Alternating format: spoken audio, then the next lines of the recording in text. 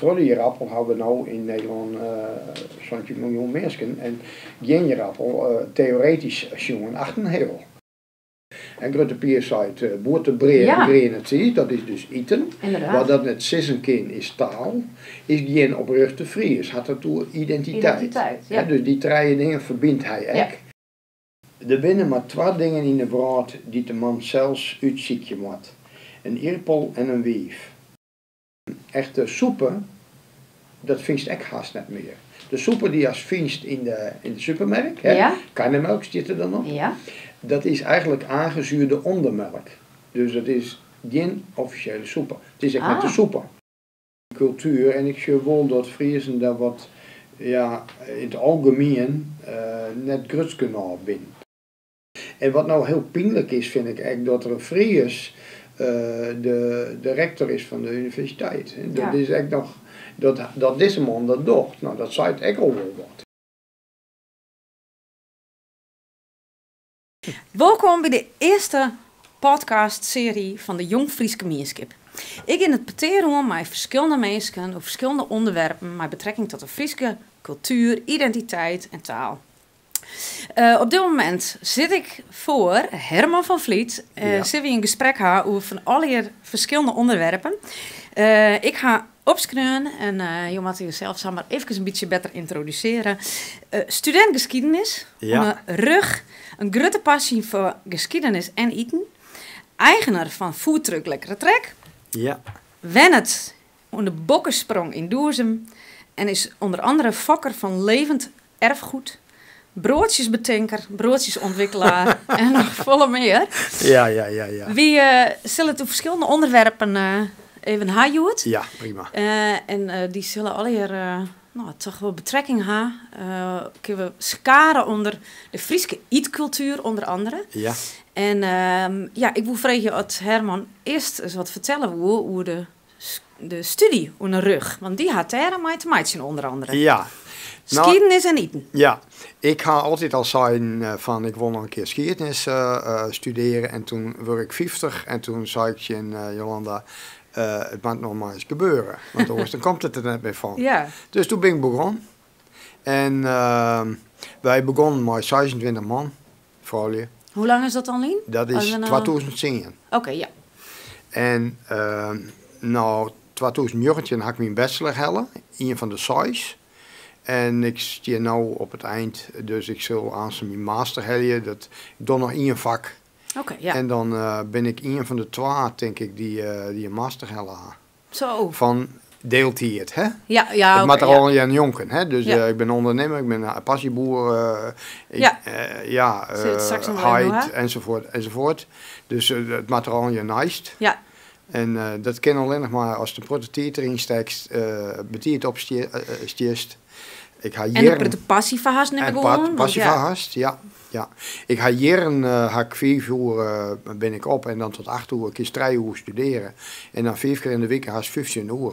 Ja. He, van 4 tot 8 jaar. Ja.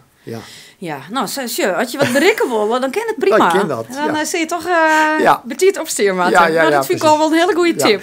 Ja, Maaslet, die hele dialect. Ja. Dat is een Fries spreekwoord, dus zo is het. Prachtig. Ja. Nou ja, en daar is dus uiteindelijk de scriptie uitrollen, dat je voor is op tafel leidt. Nou, we zullen hem straks nog wel even wat beter zien in beeld.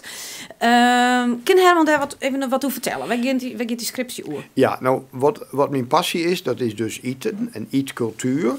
En mijn bachelorscriptie, die gaat over de Jerappel en de demografische ontwikkeling in Friesland en in Vlaanderen. Demografische ontwikkeling is dus de bevolkingsgroei. En ik heb aangetoond dat de Jerappel die had de verzwaren dat in 100 jaar de bevolking verdubbeld is.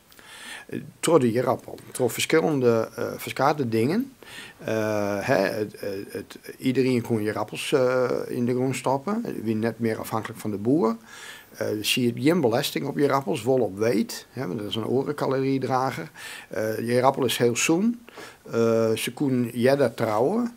Huwelijk, jeder ben krijgen. En meer ben had overleefd. En eigenlijk die combinatie van dingen die eruit kwamen, dus Trodde je rappel hebben we nou in Nederland zo'n miljoen mensen. En geen je rappel theoretisch jongen 8 heel. Nou ja, de koolhydraatvrije diëten, die ben je dus een doorn in het oog, nou ja, wat dat betreft. Als je een goede rappel hast, is een hele goede caloriedrager. Hè? En zit ook wat orenkant aan die rappel, want het wie zo'n succes, die rappel, dat na 100 jaar in 1847 is er een grote Phytophthora uitbraak was. Dus mensen gaan safvolle je rappels plant, dat ziekten kwamen. En dus dat is de schaduwkant van die rappel. Kunnen we het aanstaan nog wel even vragen. Ja. Maar goed, dat is weer de bachelorscriptie. En de masterscriptie zoekt natuurlijk hoe Friesland en ITNH. En dat gaat over de eetcultuur aan het Friese stadhof. Ja. En dat wie in de tijd van Willem IV. Sontjen Olf, Sontjen 40, om precies te wijzen. En daar had ik de positie van 3 mensen besjongen die van de hortulanus, dus degene Johan Herman Knoop, die kweekte de grinten en de apels en zo. Dat was een absolute topman, wetenschapper. En een kok, een Franse kok, Vincent Lachapelle, oprichter van de Vrijmetselaars. Echt een topkok in eigenlijk van Joertedij. En een hofdame, en die had dus een intensieve schrift Skreun, over recepten op Skreun om Trottiaan. En die 3 mensen die bijdroegen aan het prestige van de stadhouder, van de Friese stadhouder, mij eten. Die ene produceren, de oren bereiden en de oren trooien. En dat had ik aantoond. En dat wie vrij nij en nieuwsgierig. Want er is heel weinig over eetcultuur aan het Friese stadhoudelijk hof. Skreun, eetcultuur in Friesland überhaupt. Ja. Om maar eens een gay Fries woord te nemen.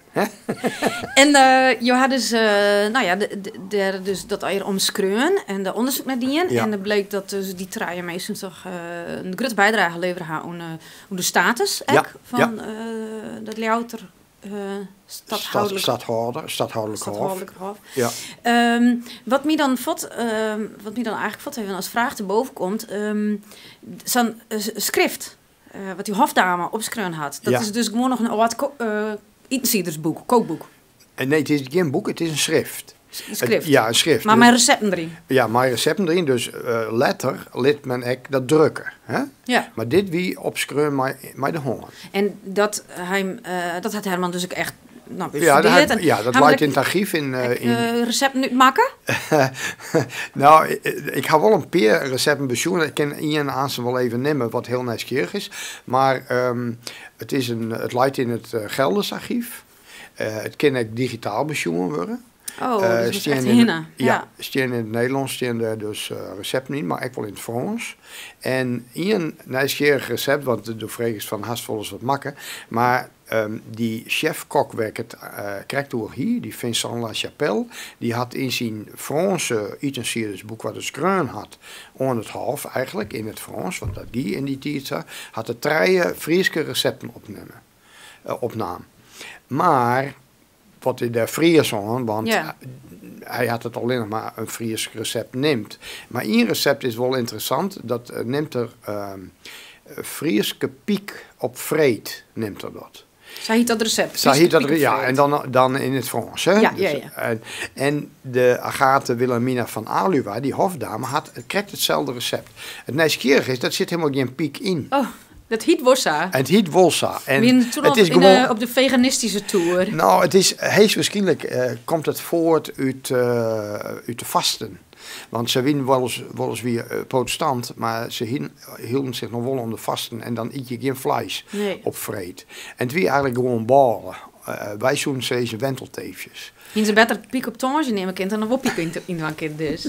Maar het is dus een soort wentelteef. Het is een soort wentelteef en het is eigenlijk heel nieuwsgierig, want het is een soort humor eigenlijk, piek op vreed. Wie gewoon ballen, een soort wentelteefjes. Ja. Maar dus dat is nog een oud receptenschrift en staan er dan ook al je recepten in die wat we dan nooit zien, we vergeten groenten bijvoorbeeld nemen of vergeten. Kist die recepten eventueel nog een nijmaatje? Zit er prutte dingen niet wie eigenlijk nog met broeken kennen? Of? Nee, dat kunnen we zeker. Alleen we moeten wel in de gaten houden dat dit wie Skreun van de adellijke laag. Hè? En de adel hier heel goed te eten. Die heeft buitenlandse, die hier zien en de stadhouder die hier een orangerie, dus die hier citroenen en sinaasappels, wat wij heel normaal vinden. Maar in die tijd, in februari een sinaasappel hier, dat hier alleen in de stadhouder. Want die hier dan een kos, een orangerie, ja. En die moest stookt worden met turf. Hè?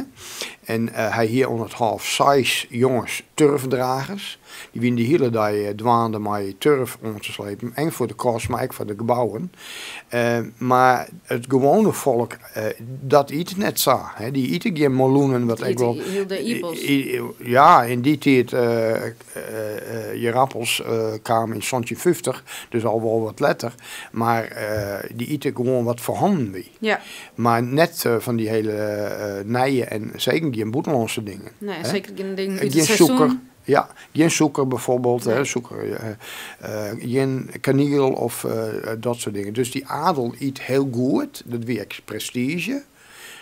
Dus in dat adellijke schrift, daar staan ook allerlei gerechten in, wat wij, met ingrediënten, wat wij wel normaal vinden, zeg maar in die tijd weer dat absolute top. Ja, weer dat echt alleen nog beschikbaar voor de adel. Ja. Oké, interessant. En dat is dus wat je proefschrift... nee, het is geen proefschrift, het is masterscriptie. Masterscriptie? Ja, nee.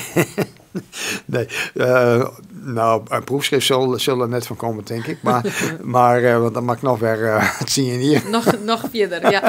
De masterscriptie? Ja. Mijn fout. Maar dus daar gang dit toe. En ja. Dat had jaren, verdiepje en studie. Ja. En werd ik eigenlijk wel nieuwsgierig naar binnen, want jouw passie leidt net alleen nog en interesse net alleen nog in de geschiedenis, maar ook in de huidige Joodse eetcultuur. Je bent zelf ook actief op dat gebied. Ja. Ja. Wat kun je vertellen over de Joodse eetcultuur in Friesland? Want meeste mensen komen net verder om dan Zoekerballen en Berenburg op te nemen bij wie ze verspreken. Nee. Nou, misschien kan ik eerst vertellen, want hoe ik nou zo fanatiek maar dat Fries ben.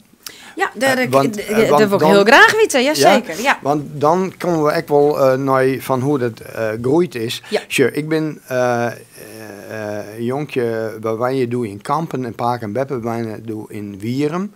En ieder jaar kwam bij u een liedse pop erbij en moest helemaal even voort. Hè? En ik ging dus naar Paak en Beppe daar. En dat was voor mij heel vertrouwd. Dat was fantastisch. Daar had ik het Fries geleerd. Want mijn Beppe zei altijd, jonkje versteert het wel, ja. Ja. Maar dat wie ik zo. Ja. En op een gegeven moment praat ik dus Fries waarom. En het was voor mij wie het vakantie. Altijd vakantie. Ja, en geweldig. Paak en Beppe, goede gevoelens. En tussen wie het net altijd even makkelijk. En dus daar komt die verbondenheid aan Friesland bij, denk ik. Ik had toen ook de lagen uitzocht, genealogie dienen. Tot section 100 laag van mijn mem komt. Maar, dus daar komt mijn passie voor het Fries en van Friesland bij. Nou ben ik in Doezum, wat Grensland is. Hè, net, dus, je wijnen net in Friesland, nee. Zeer gepassioneerd Fries. We hadden dat doel aangekocht en daar een huis bouwd. We wisten net niet eens of het nou in Grensland of in Friesland. En dat bleek dus in Grens te lezen, maar goed. Prachtig plakje, ben er ooit West? Ja, dat wist wel eens West, hè. Ja. Maar je levend erfgoed, maar ik heb het straks nog wel even doen.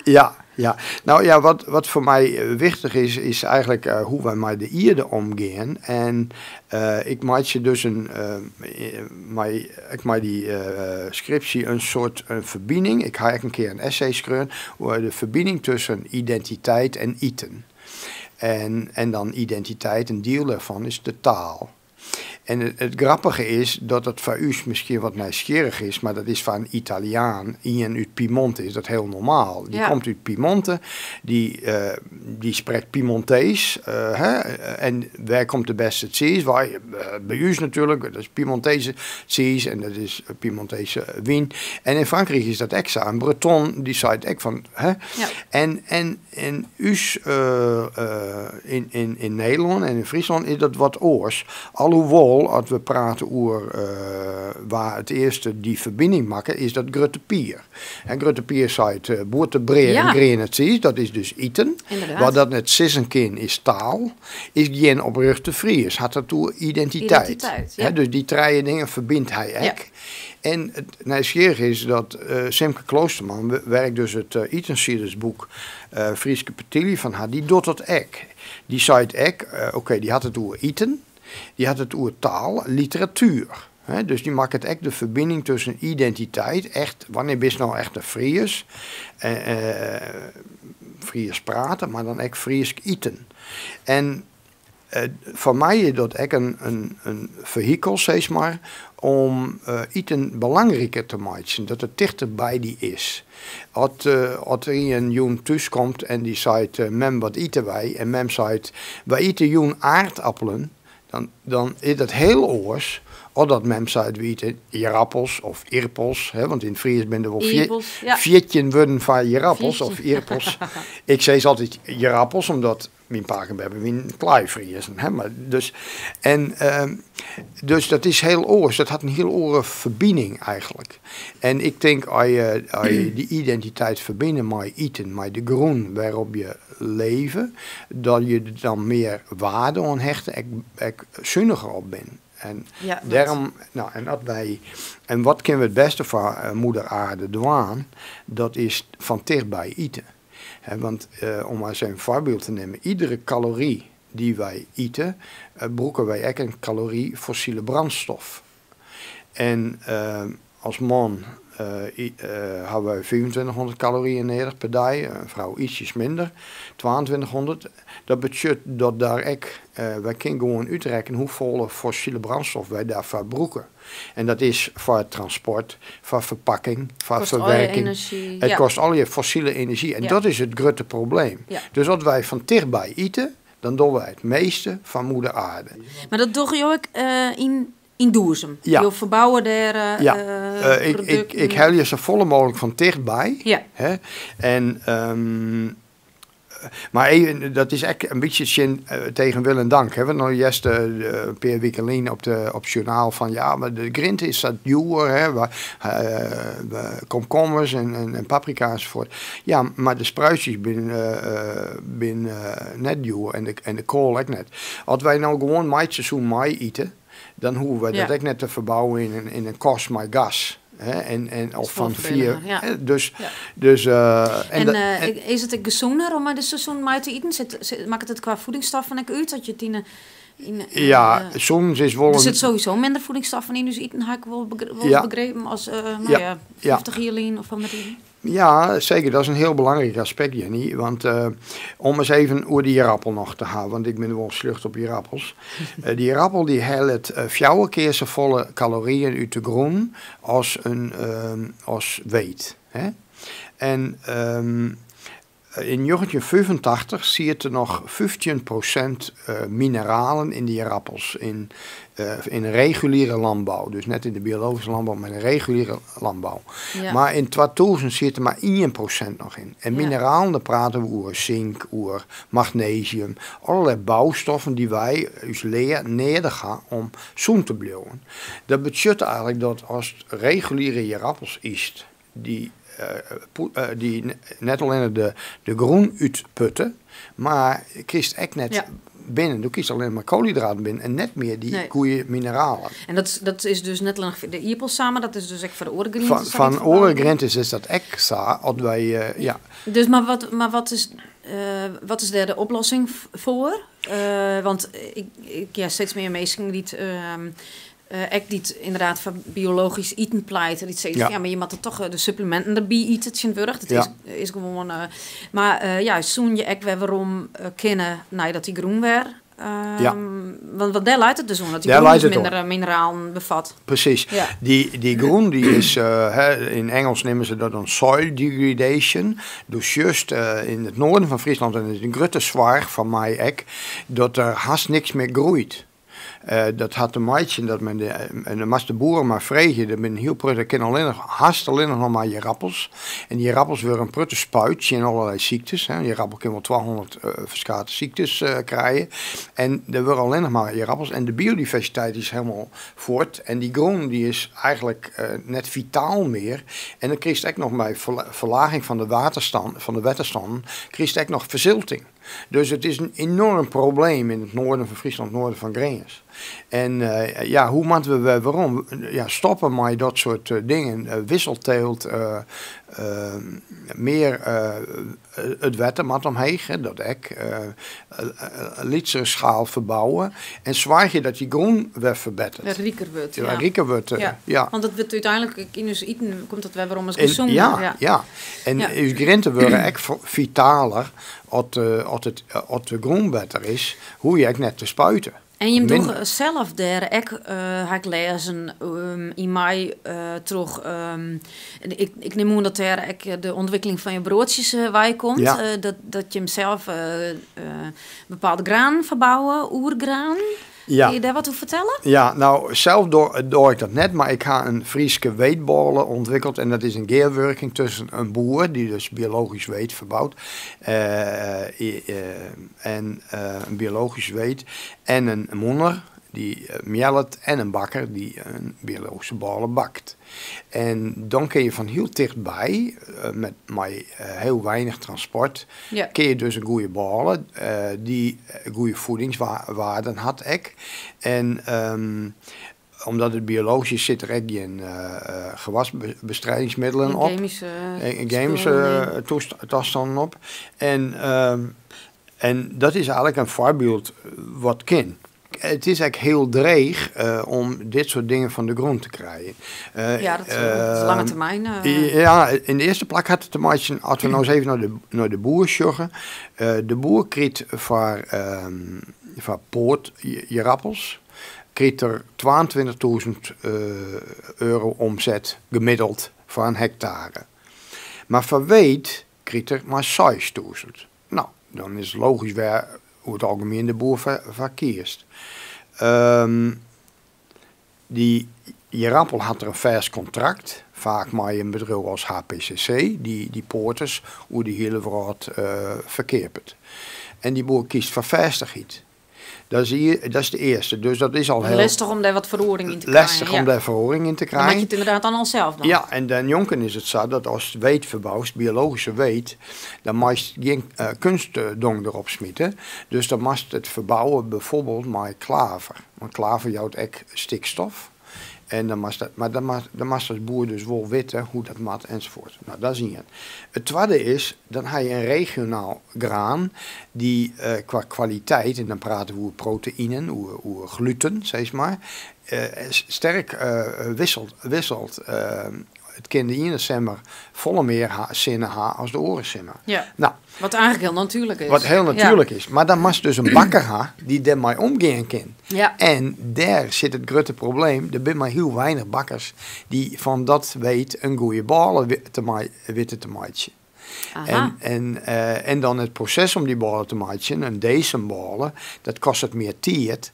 En meer tijd kost het meer yield. Dus die duurder. Ja. En nou had ik in kwarten had ik weer een nieuwe verbinding maken tussen een boer, een moeder en een bakker hier in de Pijn. Aha. Ja. En die jongen die kan dus, het is een jonge vent, die kan goed deze ballen bakken, maar die kan dus ook een ballen bakken, maar een zogenaamd kookstuk heet dat. Dat geeft nog wat te vier, maar dat is, dan wordt die ballen ook heel luchtig en rijst ook voldoende en dat mij lokaal weet. Maar dan is het zo dat de ene dag moest een beetje meer wetten erbij doen. De andere keer moest een beetje. Dus je moest eigenlijk die. Echt die vakinhoudelijke kennis. Die moest gaan. Het is net meer die ballen gewoon in de oversco. Nee, want die. Maar komt er ook weer een beetje. Merk je ook dat er weer een beetje meer interesse daarvan komt? Want ik merk het om je heen wel dat er misschien wat meer weer richting. Je zocht wat meer naar de biologische eten, maar vooral ook. van zichzelf, van wat doet het met mijn gezondheid, een beetje zelfvoorzienend, wil net altijd afhankelijk wezen. Ja. Dus ik had het idee dat, ik kan me voorstellen dat je dan ook wel steeds meer interesse over komt. Ja, dat is ook zo. Die bakkerij die rent ook heel goed. Mooi, ja. Hè? En dat is ook heel mooi. Ja, het kan mij net snel genoeg gaan.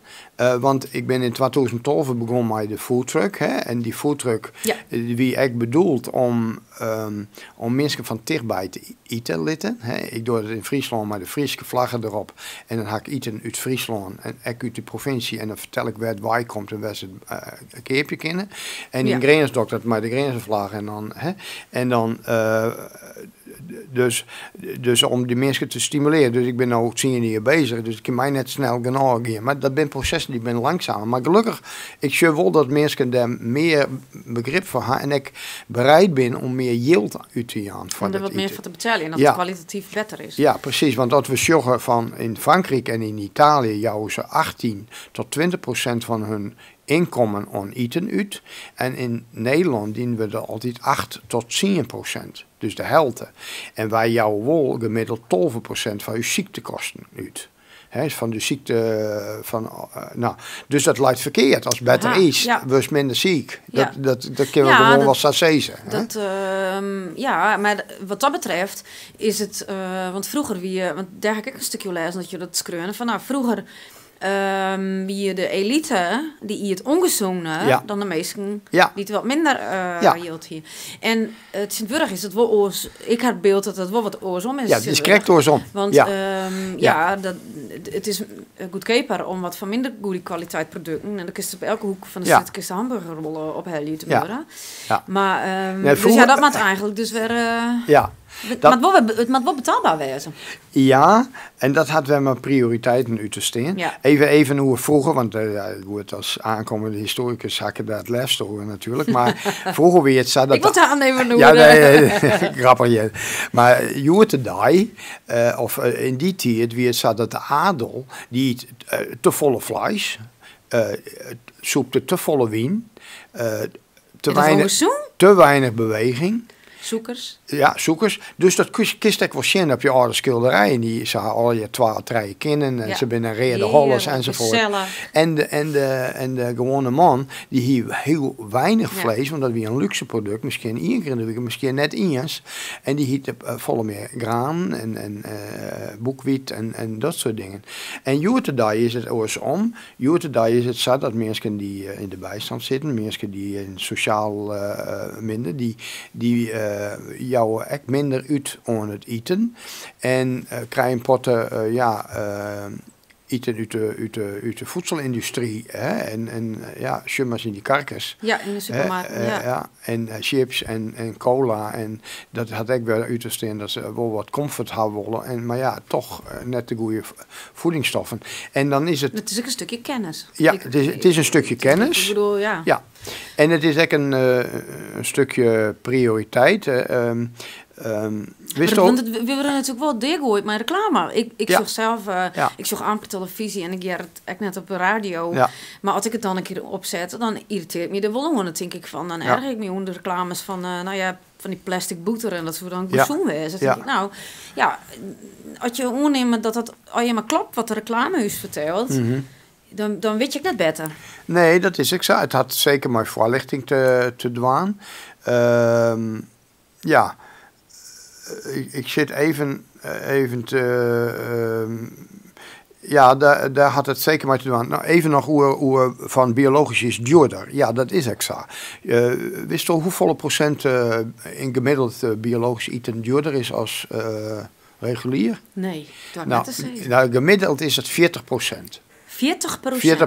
Dat is wel heel... Ja, dat lijkt het wel heel volle. Maar als we nou alles wat we uitgaan, aan energie, aan hier of rente of aan de auto of wat dan ook, dan is dat part wat wij aan eten uitgaan eigenlijk relatief weinig. En dan juist vaak dat mensen toch bezuinigen op het eten, terwijl dat de meisten had maar soms. Hè? Nou, ik denk soms ook wel eens dat ik dan in mijn eigen keuzes zorg. Ik kan me er altijd wel wat in proberen te verdiepen. En ik denk dan wel van, ja, ik haal hier eigenlijk net geen cola en geen frisdrank in huis. Ja. Dat soort dingen. En dan denk ik, ja, dat scheelt ook weer. Ja, gewoon, ja. Dus op die manier is het dan ook wel een beetje weer uitmiddelen. Maar ja, dat is weer voordeliger. Zeker, en maar het seizoen maar eten. Hè? Dus eet nou lekkere rede kool. En dan ben je nog appels en je appels. Ik bedoel, hè? En geen paprika's of courgettes of weet ik wat. Hè? Nee, dat klopt. En alles wat net neerder gaat als voeding, hè? Al die frisdrank has net neerder. Kun je een goede sap nemen. Of, hè? Nee, dat is exact. Ja. Maar dat is toch iets. Ik heb wel het idee dat inderdaad de mensen er wel een beetje interesse voor wat we waarom keert. Dat zag je dus ook wel. Ja. En dan toch even waarom komend. Wat is dan die Juwedijse Frieske eetcultuur? Weet je mij? Bijvoorbeeld de foodtruck maar op een paard gaan. En wij maken dan aan denken. Ja. Wat jij daarbij? Ja, eerst het begrip eetcultuur. Eetcultuur had te doen met alles wat we door maar eten. En dat betreft de tijden waarop wij eten, de bereiding, de producten, maar ook de cultuur wat wij hebben. Alles eromheen, alles wat er mee te doen had. Dat had eigenlijk met eetcultuur te doen. Nou, en misschien mag ik hier een gedichtje oplezen wat het even. Dat is een van de dingen die daar mee te maken had. Dat staat, dus een gedichtje staat in het boek van Simke Kloosterman, Frieske Petilje en wat erop inleidt. Er binnen maar 2 dingen in de wereld die de man zelfs uitziekje moet. Een eerpel en een wief. Nou, wat jou dit nou aan? Dat is een heel kwart gedichtje. Dat is een heel kwart gedichtje. Een eerpel en een wief. Dit jouwt aan wat het gewicht is, de belangrijkheid van een eerpel of een jerappel. En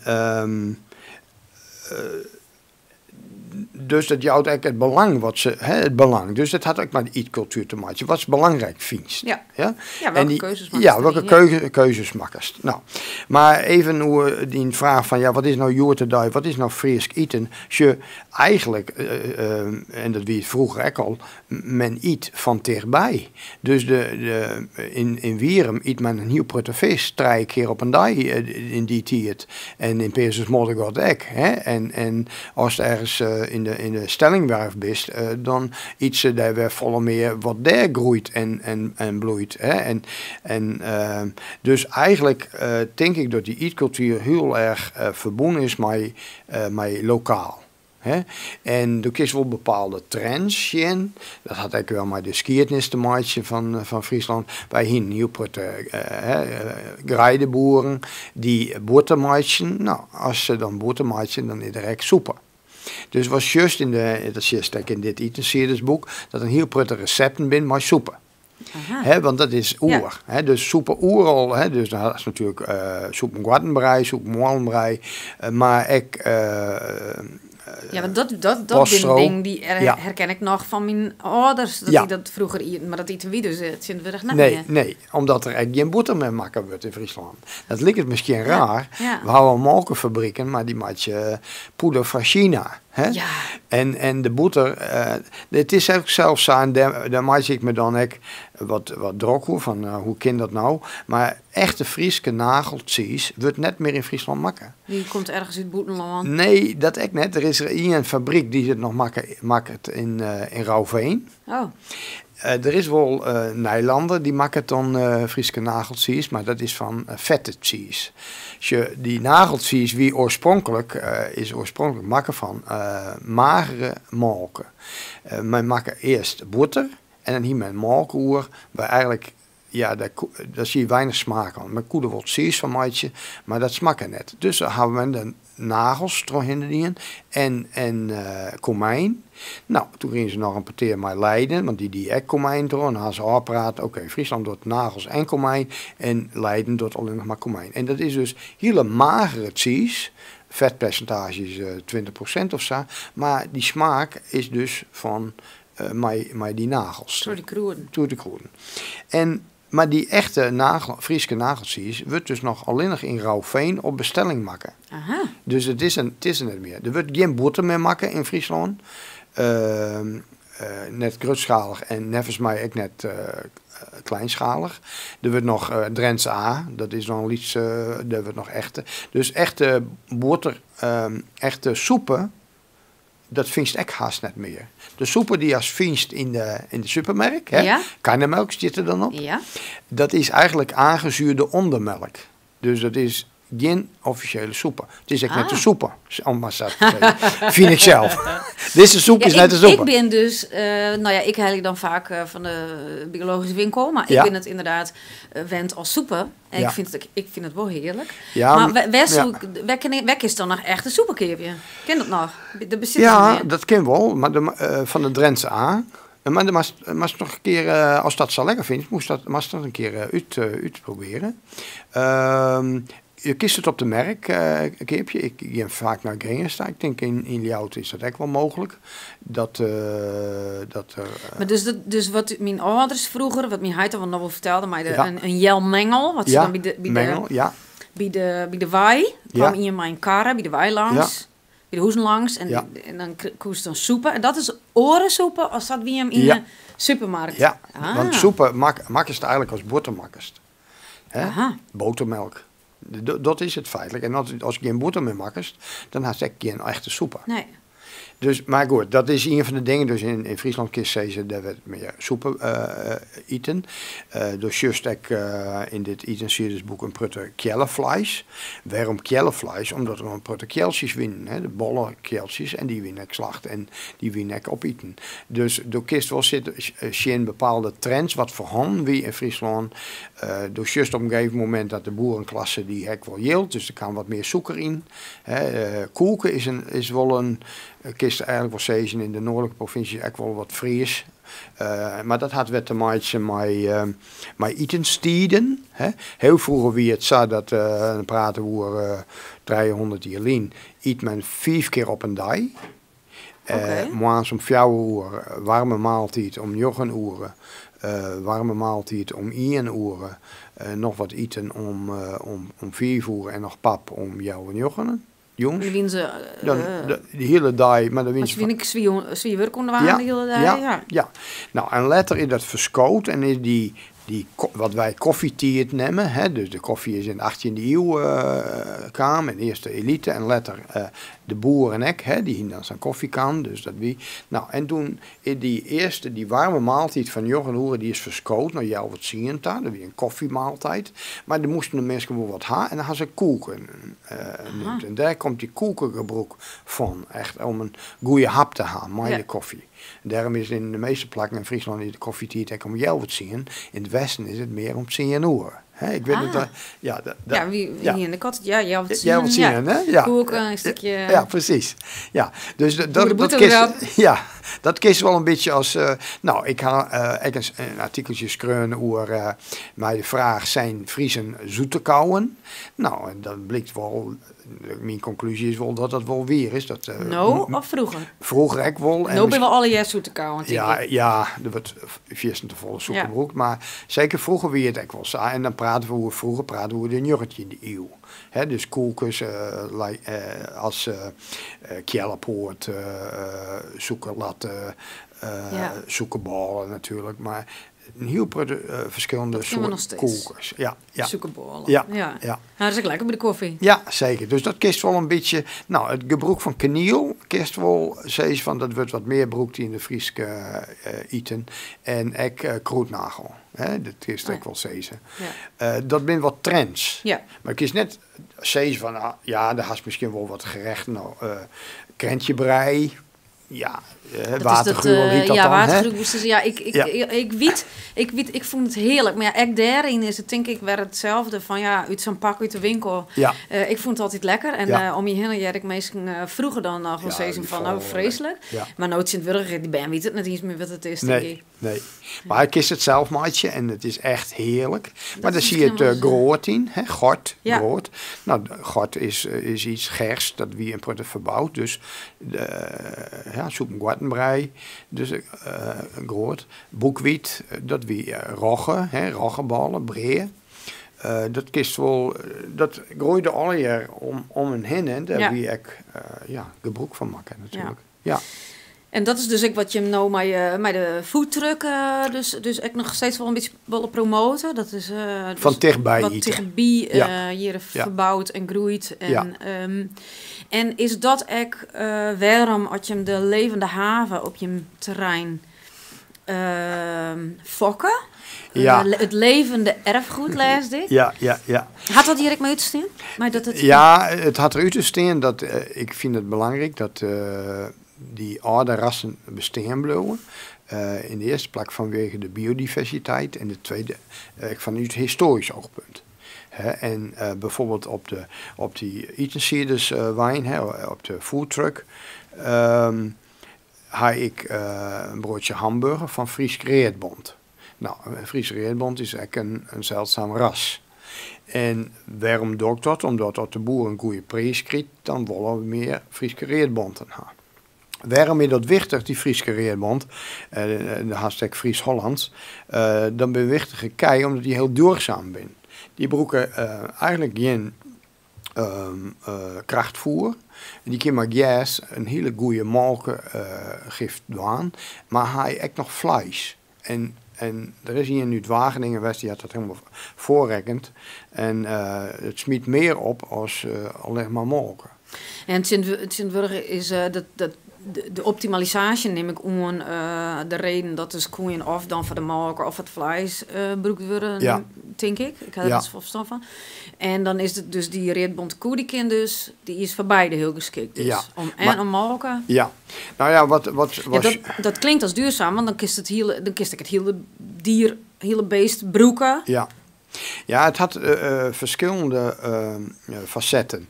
In de eerste plek, men had op molken. Fokt. En Fries-Holstein, mijn Amerikaanse kei die naar Amerika en waarom, hoe grutter de koe, hoe meer molken. En dan maar een paar dingen, hoeveelheid liters, de eiwit, proteïne en vet. En daar had men de verhoring in het gas, iets van 13 soorten gas die je per eiwit had. En wat is er gebeurd, is dat de blommen ben voort, de blommen ben de insecten voortgingen en de insecten voort ben de liep en de skriers ben verdwenen. En om dat gas bezig te houden, moest injecteren en moest een prutte kunstdong gaan. En dan vernieuwt eigenlijk die hele bodemstructuur enzovoort. En wat juist dan bij die kei houden ze dan op stal. En jou wil een prutte molken, maar die kei geeft maar 2 hele lactatie mee. En lactatie is dan gemiddeld, dat is dan een gemiddelde. Dus dat betekent dat die koe die is met oral hier in de drachtig en met 4, 6 hier wordt er uitdankt. En dan gaat de was in. Want er zit verder niks, geen vlees aan, alleen maar van de gehaktbaltje en verder niks. Dus men gokt helemaal op die molken. Maar die reetbonten... En die reetbonten, die kan wel 12 hier en die kan nog wel ouder worden. En dat is oors. Wij in Nederland maken we 2/3 van ons molken gaat naar het buitenland. Dus dat hebben we helemaal net nodig.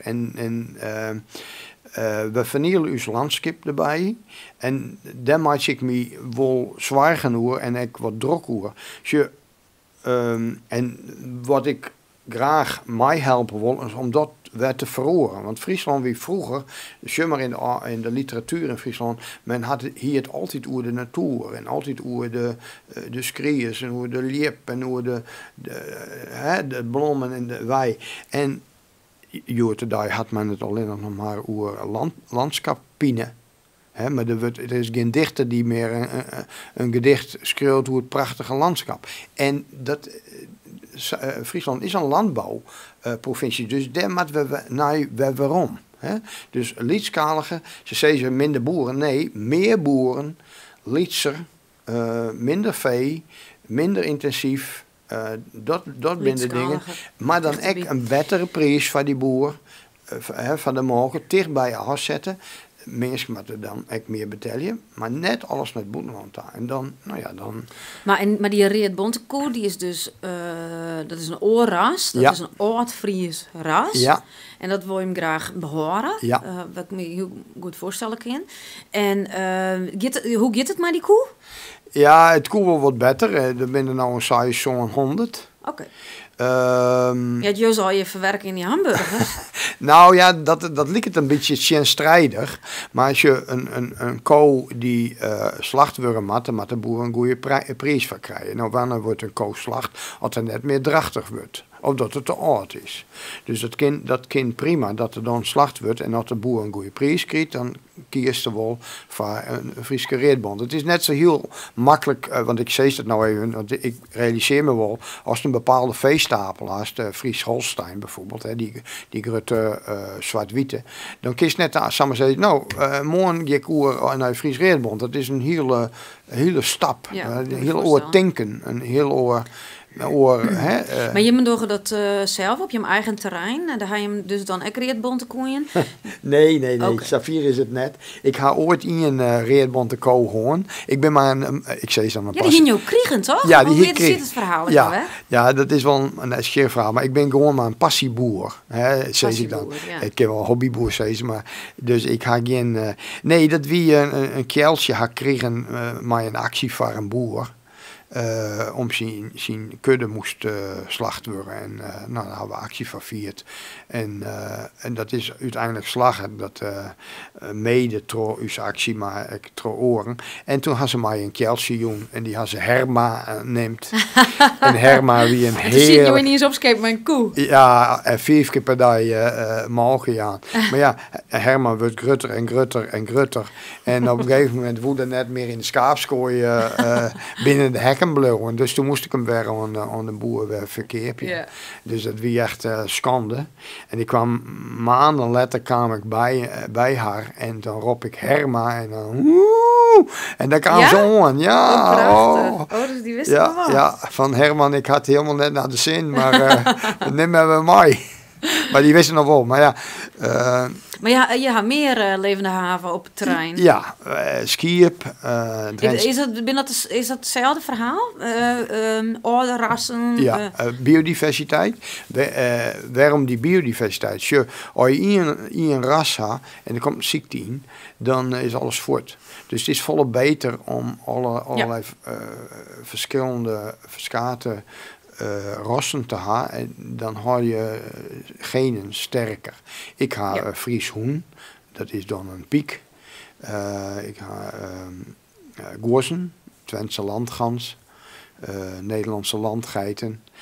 Gewoon belangrijk om die oude rassen in stand te houden. En ben vaak geen productierassen. Ze hebben een nut verlend, zeg maar. Vroeger hingen ze dat wel, maar nou net meer. Maar het is toch wel wichtig om dat in stand te houden, zeg maar. Ja. Dus het zijn zeldzame rassen die je hem dan nog... Ja. En binnen daar ook nog rassen tussen, waarvan je zegt van, nou, dat gaat de goede kant uit, dat gaat... of wat, nou, de gozen is heel dreig. Want we hadden natuurlijk les van marters en sommige foksen en zo. Ja, dus er zijn minder dan 100 van die gozen nog oer in Nederland. Je zult ook net zo blij wezen met de wolf die dan weer omkomt misschien. Nou, blij, ja, ik had er wel ideeën naar. Ja, nou ja, blied. Er is nooit blied als de besten. Nee. Alleen we moeten er net heel dramatisch over doen, want wij laten zoveel besten deermarchen om op te eten. En wij hebben skiën die wij naar Frankrijk brengen voor het yield, naar een jaar hier. En ja, en nou die wolf die er dan ek. En die eet er ook een peer op. En dat is natuurlijk verschrikkelijk voor het skiën en voor de boer. Maar als ze een goede vergoeding jouwen, dan vind ik dat je net... ja, ik vind het wat slachtig. Ja, dat kan ik me voorstellen. Maar van jou zeldzame piekjes dat is mooie net beestjes. Dus hoe dat natuurlijk heel dramatisch wezen had. Daar ben je nou juist mee bezig om die dan weer ja, te zeker. behouden. Maar dat is mijn goos en ik hier voor de winter hier het zien. En nou heb ik er nog 6. Oei, Dus ja. er komt een martendel en dat wist ik net blind. Ja.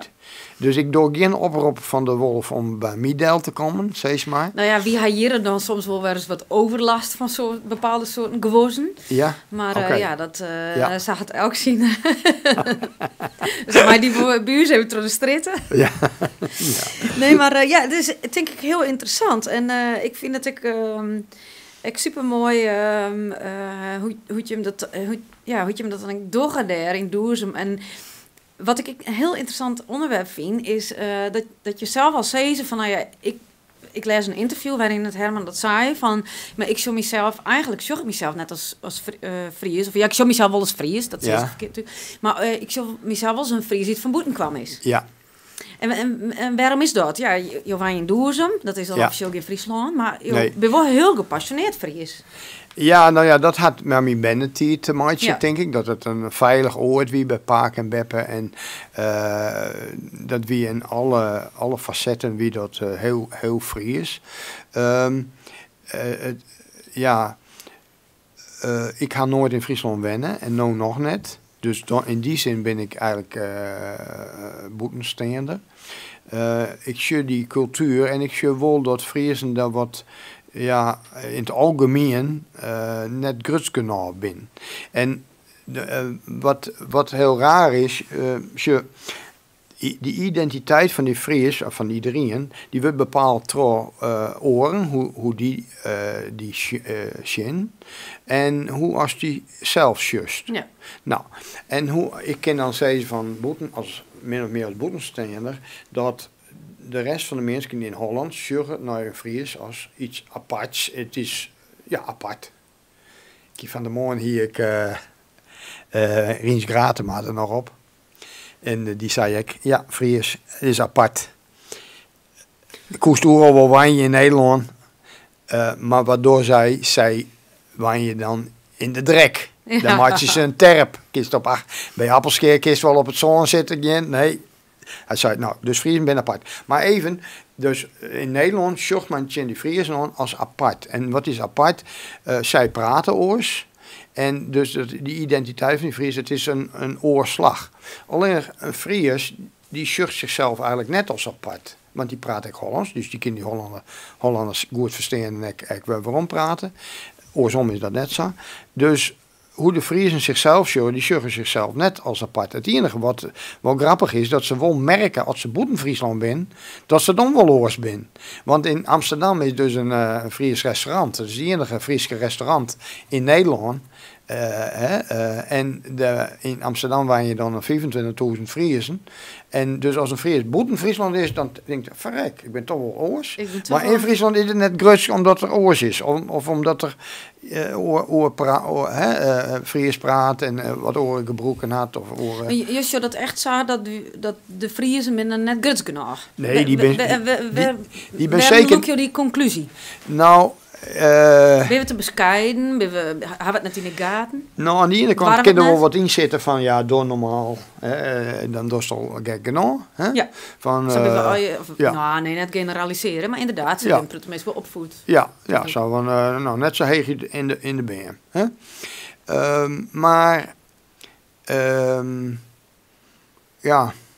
Waarom ben ze dat net? Je constateren dat... Ja, eigenlijk als zelf benomen boetensteender. Van, nou, ik zou naar die Friesen. Ja. Ik zou ze eigenlijk... Ik kon wel wat grutsker wezen. Ja, nou, om eens even de taal gebruikt dan. Er zijn toch nog wel wat heiten en memmen die bijvoorbeeld denken, ja, dat Fries, dat stelt net zo volle voor. Ze praten te gerren wel Fries, maar net in de band. Ja. Dat vind ik heel raar. Want een band kan volle meer taal tegelijk leren, maar... Dat Fries is een relevante taal. Het is net een hele grote taal, maar het is een relevante taal. Nou ja, de gedachte die erachter zit, is van een bepaald deel. Ik had er ook wel maar mee gehoord. Ja. Maar er is een bepaalde generatie opgegroeid die zei van ja, maar ik wil de schoen als ik zeg mezelf als boersk, met een Fries accent. Ja. Associeer ik mij dom. Ja. Of dommer, Ja. minder intelligent. En ik wil dat mijn band dat net hoe komt. Ik wil dat mijn band ABN zonder Fries accent praat. Ja.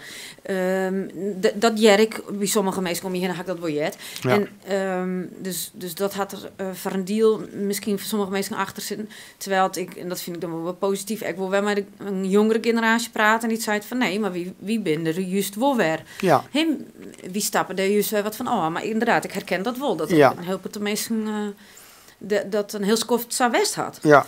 Ja. Dus dat is inderdaad, dan ben je dus net grutskenog op je taal of op je accent. Of Ja. op je... En de relevantie van het Fries wordt ook uitdrukt in wat mensen zeggen en wat ze jaren. Om maar even, als we de maatschappij als een soort piramide zien. Dan haast de laag op het platteland, dan haast de middenklasse in de steden, dus en de boeren. En dan haast de elite.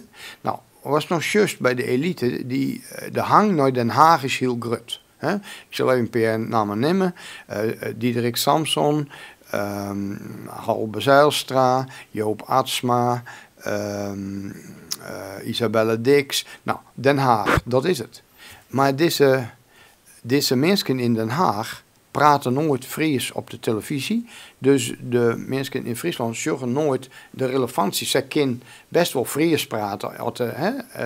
Die zeggen de relevantie net. Nou, de onderlaag, de middenlaag, de boeren, dat wordt steeds minder. Minder boeren. De middenstand wordt echt steeds minder. Dus die middenklasse is echt voort. En als we nou rekenen dat cultuur van boven naar beneden tagiet, dan is dat is verstopt. Ja, dus de onderklasse wordt net, om in klassen te praten, dat mij misschien net, maar de klasse die Fries praat, wordt net duidelijk dat de Fries een relevante, volwassene taal is, die wij gewoon gebruiken kennen. Nou, en dat moet hersteld worden. Dat moet beter. Dat moet beter. Maar dat betekent dus dat we als Friesen dus te weinig voorbeelden hebben van mensen die het Fries praten. Ja. Boeten. Maar boeten Friesland om? Nee, dat is logisch. Ja, maar ik zou zeggen van, nou, dat zou best wel een keer kennen. Er is kwartlien is er dan in de Tweede Kamer een lietse discussie was in het Fries. Maar nee, dat zou op zich met die relevantie. Maar die moeten we meer zien. Die moeten we meer zien. En die kunnen we ook organiseren wel, denk ik. Ja, want en ik ben er nog les hier wat meer bewust van en bij betrokken. Ik trouw dat ik bij de Jong Friese Gemeenschap in het bestuur sta ben, maar dat er dus op een hele prettig gebied inderdaad die grutskens maar die rondom die taal er eigenlijk net is. Nee, of te min. En dat is dus ook juist dat het van een hele prettige Friesen is het heel normaal dat die taal eigenlijk als tweede rangs behandeld wordt. Terwijl, en daar hebben we ook een paar gesprekken over in deze podcastserie gelukkig. Heel interessant, heel nieuwsgierig. Terwijl die taal die moet gewoon sowieso likwaardig behandeld worden. Ja. En dat is wel iets wat een hele prettige Friesen zich net realiseren. Dat we die taal... nou ja, die mij gewoon gelijksteen in het Nederlands. Je hoeft je net voor te poetsen, je hoeft je net te verbrengen. Nee. En wat ik nieuwsgierig vind, of raar vind feitelijk, is dat bij Wetenschap Friesland, als ze de telefoon opnemen, doen ze dat in het Hollands. Dan denk ik, Wetenschap Friesland, neem in het Fries de telefoon op. Ja. En dat die een Hollands zin die praat en die kan geen Fries verstaan, dan doen ze de volgende zin, doen ze het Hollands. Ja. Weet je wel? En dan praten we over... net al in de Wetenschap Friesland, maar hoeveel bedrijven binnen er net, die normaal gesproken in Friesland werken. Nederlands communiceren. En gewoon in het Nederlands communiceren. En ik zeg, waarom net in het Fries? Ja. Nou ja, en ik daar hebben we een gesprek over in deze serie met een ondernemer. Ik ben zelf ook ondernemer. Het is... nogmaals, je moet er eerst bewust van worden. Ja. Ik wie me er ook net van bewust. Wie haar ook een groot deel van die klanten boeten Friesland. En doe je maar automatisch ervan uit dat het makkelijkste keuze dus is. Van nou, Nederlands, dat kan iedereen. Ja. En ik denk dat op een hele prettige gebieden mensen wel zich bewust van worden moeten dat dat net altijd nodig is. En natuurlijk, dat hangt van je bedrijf af.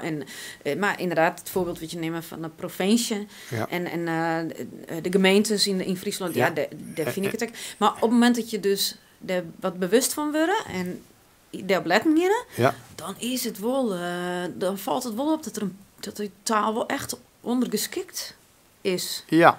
in het Nederlands in Friesland. Ja, nee, en het Nederlands is wel ondergeschikt in het Engels. Hè? Want we zitten in een globale wereld. En dat merk je steeds in de steden steeds meer en op de universiteit natuurlijk. Ja, zeker. En daar kunnen we wel wat aan doen. Hè? We kunnen het ook wel wat organiseren. Ik zit net op TikTok, maar ik verwonder mij. Zou er een TikTok-filmpje in het Fries, dat zou best kunnen. Ja. Of, maar het jongen in het Fries, hè? Natuurlijk, dat wordt wel dienen, maar dat zou wel wat meer kunnen. Ja, hè? Dus Frieske band, Jerenlien hier met de kast en Twars. Maar de Joer today, we hadden Hoenekop nog. Ja. Hè? Vroeger gingen we nog Stravelte. Ja. En ze hebben er nog wel wat voorbeelden te nemen. Ja, maar nou, Hoenekop de Hoenekop doet het nog wel. Dat het die wel had goed. Die had volgens mij nog wel eerlijks een festival. En, ik ben zeker. Het best. Ik ben een hele oren cultuur, een hele aparte cultuur.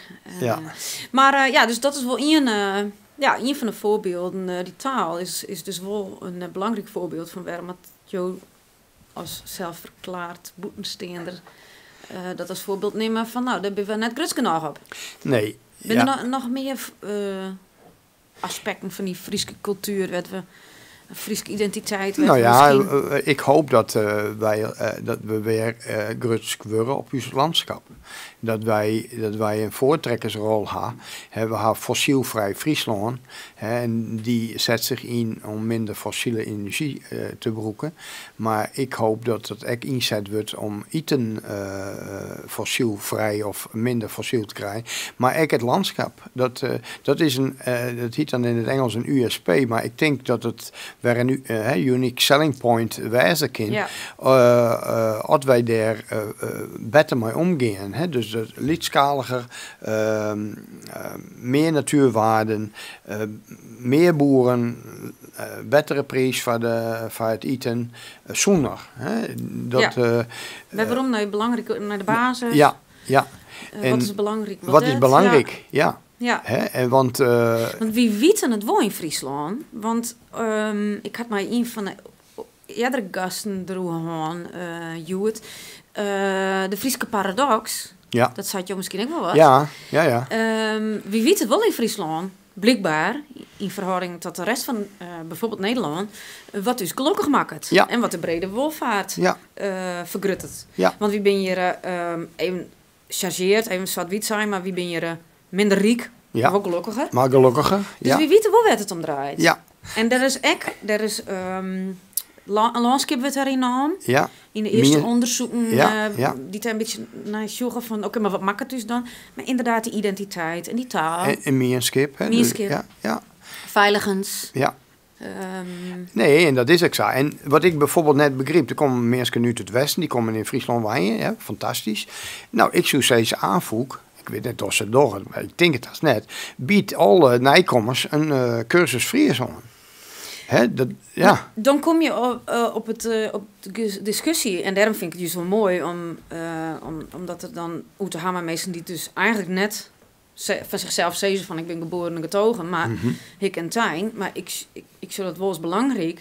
Want dan kom je op de discussie van de inclusiviteit en de exclusiviteit. Van, maar dan sluit je al en dan is die mierskip net meer voor oormeesting. Ja, ik zou er ook wat oors zien omdat ik denk van waarom zou een taal een belemmering wezen, maar op het moment dat je die tuurlijk is de taal kan een barrière wezen. Ja, maar het is net alleen maar taal. Je kan op andere manieren. Maar als ik naar Engeland ga, dan moet ik Engels praten. Ja. Als ik daar wijn ga in een dorp, dan mag ik Engels praten. En dan kun je zeggen, ja, maar Friesland is onderdeel van Nederland. Ja, zeker, maar daar gaan we wel een aparte taal. Dus als je in Friesland wijn gaat, dan leer je Fries. En ik vind dat, wat ik constateer, dat Friesen dan echt iepen wijzen moet. En oren echt een beetje helpen moet. En net laat je van, oké, die kunnen het net helemaal goed zezen. Want ik ben dan opbrochters ben en heb Fries leerd. En ik brouw nog wat, dat weet ik dan, van mezelf. Maar dan kan ik die woorden nog wel aardig uitspreken. Maar van een boetensteender kan het nog wel heel soepmoalenbrei, soepengwartenbrei. Nou, dat wil woorden die... Ik weet van orenervaring van vrienden van mij die uit Bosnië komen oorspronkelijk. En die je Nederlands begon te leren. Dat de grootste drempel wie op een gegeven moment om die stap te nemen om het ook te praten. Ja. Want ja, je vindt dat je het nog net goed genoeg doet. Ja. Dus dat zal voor de Nederlander in het Fries hetzelfde wezen. Dat is wel een heel grote drempel om dat dan echt daadwerkelijk uit te spreken en te proberen. Ja. Dus in dat opzicht snap ik van dan maar we dus direct wel... Jippen van wijzen, stimuleren. Ja, nou, ik vind het altijd wel heel mooi dat mensen te proberen. Ja, toch? Ik zakelijk zoals dat dan wel, maar... Ja. En nou, dus biedt iedere Nijkommer in Friesland gewoon een cursus Fries aan. Dus echt de mensen die uit het westen komen. Ja, tuurlijk. Ja. Dan juist ik ark om wat beter te integreren, zeg maar. Ja, dat je hier net alleen omheen komt te waaien en dan zeg je van wel een mooi roem plakje haar. Ja. Maar voor de rest mag het wel hetzelfde bloeien. Ja, precies. Ja. Nou ja, maar Jo woon je dan net in Friesland? Nee, Doezem. Maar Jo had het oorsdien. Je zei van nee, maar luister, maar ik wil Fries praten en ik wil dat leren. Nou ja, dat kreeg je dus van pakken bij elkaar bij mij. Ja. En ik vind het juist leuk om die extra taal te leren. Ja, zeker. Ja, Het is een hele rieke taal. Ja, dat had, wat ik zei, het had natuurlijk mijn bandie te maken. Ja. Goeie gevoelens daarbij. Ja. En, maar het had mij heel verriekt ook. En... literatuur. Ja, literatuur, gedichten, muziek. Maar ik moet eerlijk zeggen, ik houd echt van het Gunningsdialect. Daar houd ik echt van. En als ik Daniel Lohuus hier, dat vind ik echt fantastisch. Ja. En dat is natuurlijk wel wat oors. Dus ik ben misschien wat taalgevoelig dergelijk voor. Maar ik vind het fantastisch. En het verskaat om dialecten in Friesland. Dat ik hier nu te worden hier, of hier op de Klaai, of hier nu de Zuidwesthoek. In alle... ik had het Gruns ik altijd wel heel mooi voor. Ja. Had ik dan... en ik Groningen op de radio of zo, ja. dan hiest van die programma's op de radio en hiest echt wel een beetje dat platte Groningen. Zo. Ja. Ik maak dat ook weer. Ja, ik hier juist nog Henk Scholte aan de lijn. Die doet dan 2 deuntjes voor 1 cent bijvoorbeeld. Dus een radioprogramma. Maar die is van het Groningen Cultuurhuis. En Henk die praat dan eerst een soort Hollandsje in mij. Ik zeg Henk, maar Steven Gunnings praten. Nou, en dan praat het dus Grunnings. Ja. Dat vind ik prachtig. Ja. Maar het Grunnings is natuurlijk ook weer verskaard. Het Westenkwartier is weer heel hoog zoals het Overdijps of het Oost-Grunnings. Maar goed, het zit heel dicht, die volkstaal en die dialecten zit heel dicht bij het van mensen. Dus het had heel bot met identiteit te maken. En dat hebben we nodig om u safe en veilig te voelen. Ja. En daarom verbind ik dat ook. De plak waar je binnen bent, maar het eten, maar de taal, in die grutte, boze verhaat, natuurlijk. In het landschap. Ja. Wij gaan ook naar Zuid-Europa, maar als je een sterke identiteit zelf hebt, dan hoest net in de paradigma wij-zij. Dan is het gewoon inclusief.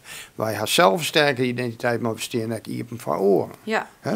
Dus je hoeft het net te broeken in negatief zin, zeg maar. Nee, daar ben ik het natuurlijk heel mee eens. En dat is ook het mooie. En dat is denk ik wat je op een gegeven moment net kwijtraakt, dat juist die diversiteit om die taal en die... want wat ik zelfs merk is dat in de rest van Nederland een hele protemees... Friesland binnen protemees zich er wel van bewust, maar daaromheen toch een protemees die net weten dat Fries gewoon echt de tweede rijkstaal is. En dat het een officiële taal is. Ja. En dat is al een stukje basisbewustwording die een hele protemees nog niet eens haar. Ja, maar het is toch een dialect. Ja.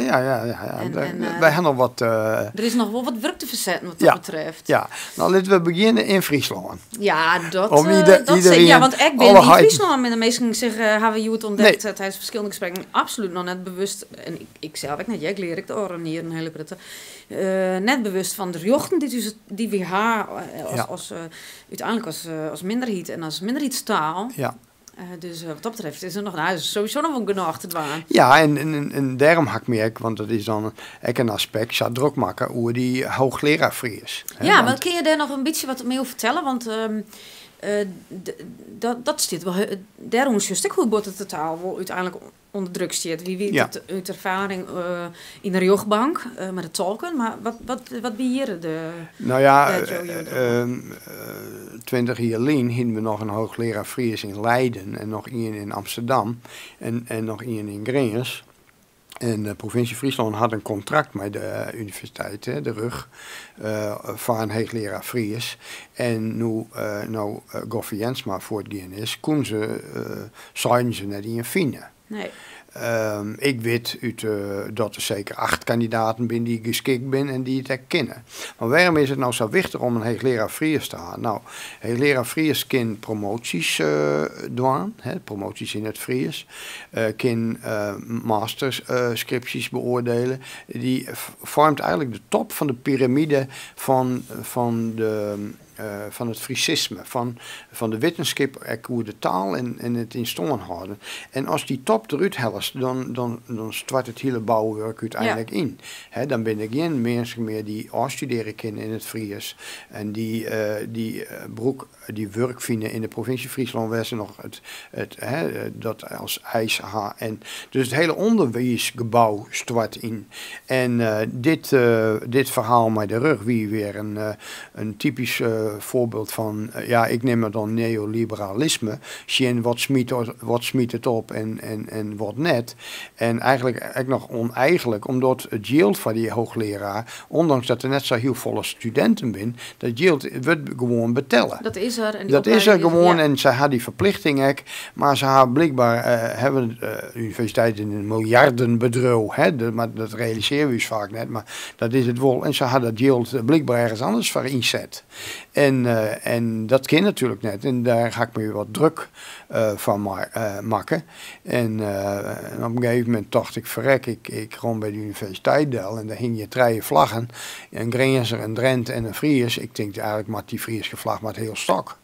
Dus, nou ja, dat is... Je bent in je vrije tijd ook nog wat actievoerder, dat is, actiebetinker. Dat is uiteindelijk echt gebeurd.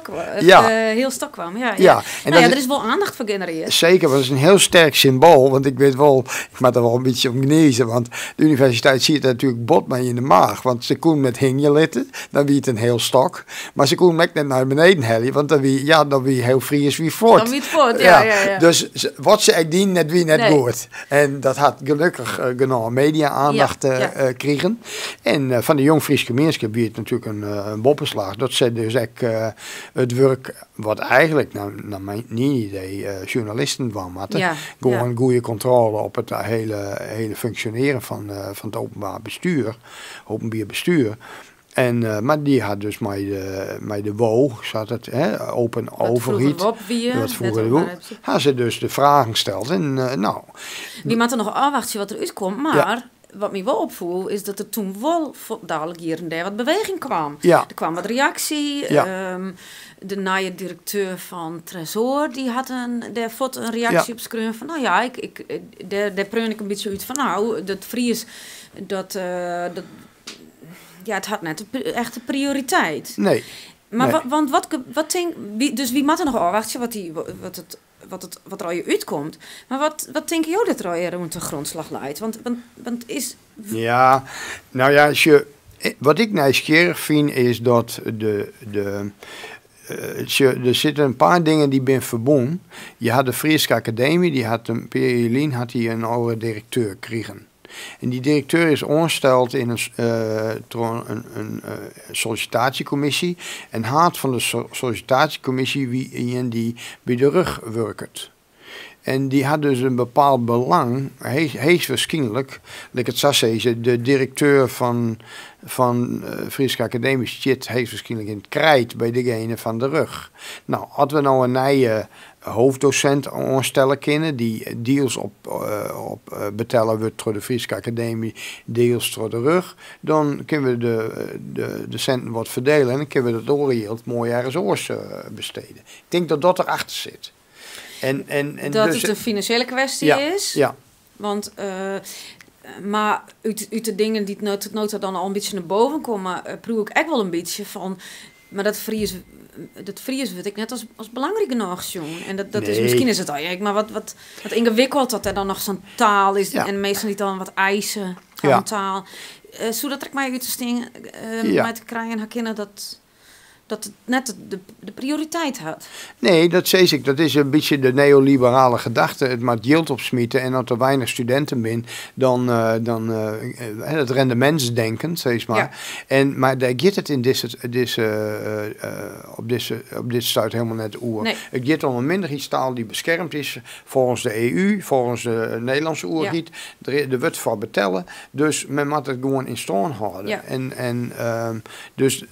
Dus rendement denken, dat is net, dat kunnen we net tappassen.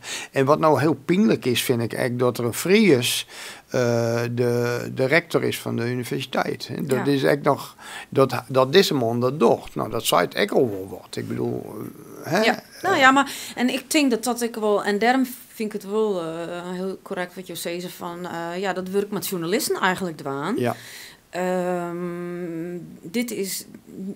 Dit is wel wat er yet te gebeuren. Ja. Je goed zicht te herkennen op wat gebeurt er en hoe. En ik vind dat had gewoon maar degelijk bestuur te maken. Ja. Ja. Maar ja, de media staan ook onder druk, hè. Dat weet wel je wel. Hè. Als juist hoe weinig journalisten er nog relatief weinig nog binnen. Ja. Hè. En dan de kwaliteit staat er onder druk. Ze moeten produceren, artikelen produceren. Het kost een hele protetiert. Ja, het kost een hele protetiert. Maar eigenlijk is het gewoon follow the money. Het is, in alles is dat zo. Ja. Sjen werd geld heen gaat, dan juist wat er gebeurt. Maar dit is, ik hoop dat we nou een hoogleraar voor 2 dagen. Ik vind dat raar, want fulltime gaat naar 2 dagen. Maar goed, het is beter wat dan net. Beter let dan net en beter iets dan net. Maar er moet natuurlijk wel een fulltime hoogleraar komen. Ik bedoel, dat is wis. Heb je daar nog een positieve hoop op? Dat dat dan nou als een toch wel goed komt, maar dat hoogleraarschap? Fulltime? En, ja, nou ja, mensen minder wel die het kennen. Okay, dus dat is het probleem. Ja, want ik weet het dus net een beetje, dat we dat een beetje internaliseren. Van ja, maar er zullen wel net zo volle mensen wezen op die posities. En er zullen wel net zo volle. Op een of andere manier hebben we dat ook al een beetje jezelf jezelf onpraat. Ja. Van zullen net genoeg interesse van wezen, net genoeg op. Ja, maar kandidaten. Of... Het zal net een studie worden als skiërtnis of Engels of wat dan ook. Maar want het is een Lieds taalgebied. Maar er is genoeg. De mensen binnen dus wel. Ja, de mensen die het dwang kennen binnen dus wel. En dus er moet er nou actie komen. Er moet op niveau moet er in komen. Ja. En nou, er is nou iemand voor 2 dagen en die moet naar fulltime natuurlijk. Dus ja. Nou ja, als we Friesland als een constructie zeggen, een constructie, een verhaal, zeg maar, wat verschillende aspecten had, dan kunnen we dat verhaal volle beter vertellen. En daar moeten we mee aan de gang. Waar leidt het? Want het verhaal wordt van allerlei kanten invuld door orenverhalen. Maar als wij goed zien van hoe kunnen we dat verhaal verder helpen? En bepaalde aspecten, ik neem nog even de TikTok-filmpjes. Uit de band die lezen geen boeken meer. Maar als zij filmpjes komen in het Fries, dan zorgen ze een stukje relevantie van zo kunnen wij echt communiceren. En dat is maar één voorbeeld. Als er meer Frieske lied op de radio is, of men komt er beter zien, dan wordt het relevanter. Dus, en daar kunnen we bij helpen. Ja. We kunnen daar van alles aan doen. Om dat verhaal beter te maken, zeg maar. Ja. En dat moeten we doen. De Jong Friese Gemeenschap heeft een mooie opdracht die we uzelf kennen, toch? Ja, nou, we zijn er als Jong Friese Gemeenschap ben we daar met waan. Persoonlijk ben ik er steeds meer met de waan. Herman van Vliet is daarmee dwaan. Ja, maar vanuit het eten, zeg maar. Ja, zeker. Maar dat is het mooie. En daarom hebben we deze podcast beweer ik maar dit idee opstart eerst. Om eens even te zien van, nou, er zijn zo verschrikkelijk volle prachtige aspecten weer wat u valt te vertellen. Mhm. Van die Friese taalcultuur, identiteit. En het is zo rijk. Ja. Dat, dit is dus een van de dingen waarvan we dachten van, nou, hier begin van mij met die podcast. We gaan natuurlijk alweer wel oordingen dienen en de Jong Friese Gemeenschap is al oud, dus die had ik wel oordingen dienen. Maar zo maak je al je weer nieuwe dingen. En de bewustwording, ik denk dat dat ook wel een heel wichtig punt is. Ja. Dat, met elke nieuwe generatie, die moet ik weer, dat we mij En krijgen. alles verhoord, hè? Ja. En laten we echt de goede dingen die we uit het verliezen hebben, laten we die bewaren en weer nastreven. Hè? Dus echt het landschap, de eetcultuur, het eten van dichtbij, dat soort dingen, laten we dat promoten. En dan maken we een nijverhaal van Friesland. Met oude dingen erin, met nieuwe dingen erin. Hè? En dan zit het dicht bij je hart. Hè? We hadden dus een stintje bijdroegen bij dit gesprek, denk ik. Hebben we in ieder geval iets best verdiend. Zeker. Hartstikke bedankt. Tieren dank voor deze bijdrage en voor dit gesprek. En wellicht in een volgende ronde, want we kunnen je oeren nu erop praten, boeken nu schrijven, wat je die hebt. Maar wellicht in een volgende ronde kunnen we verder erop praten. Maar voor nu, tieren dank. Graag dien. Oké. Ja.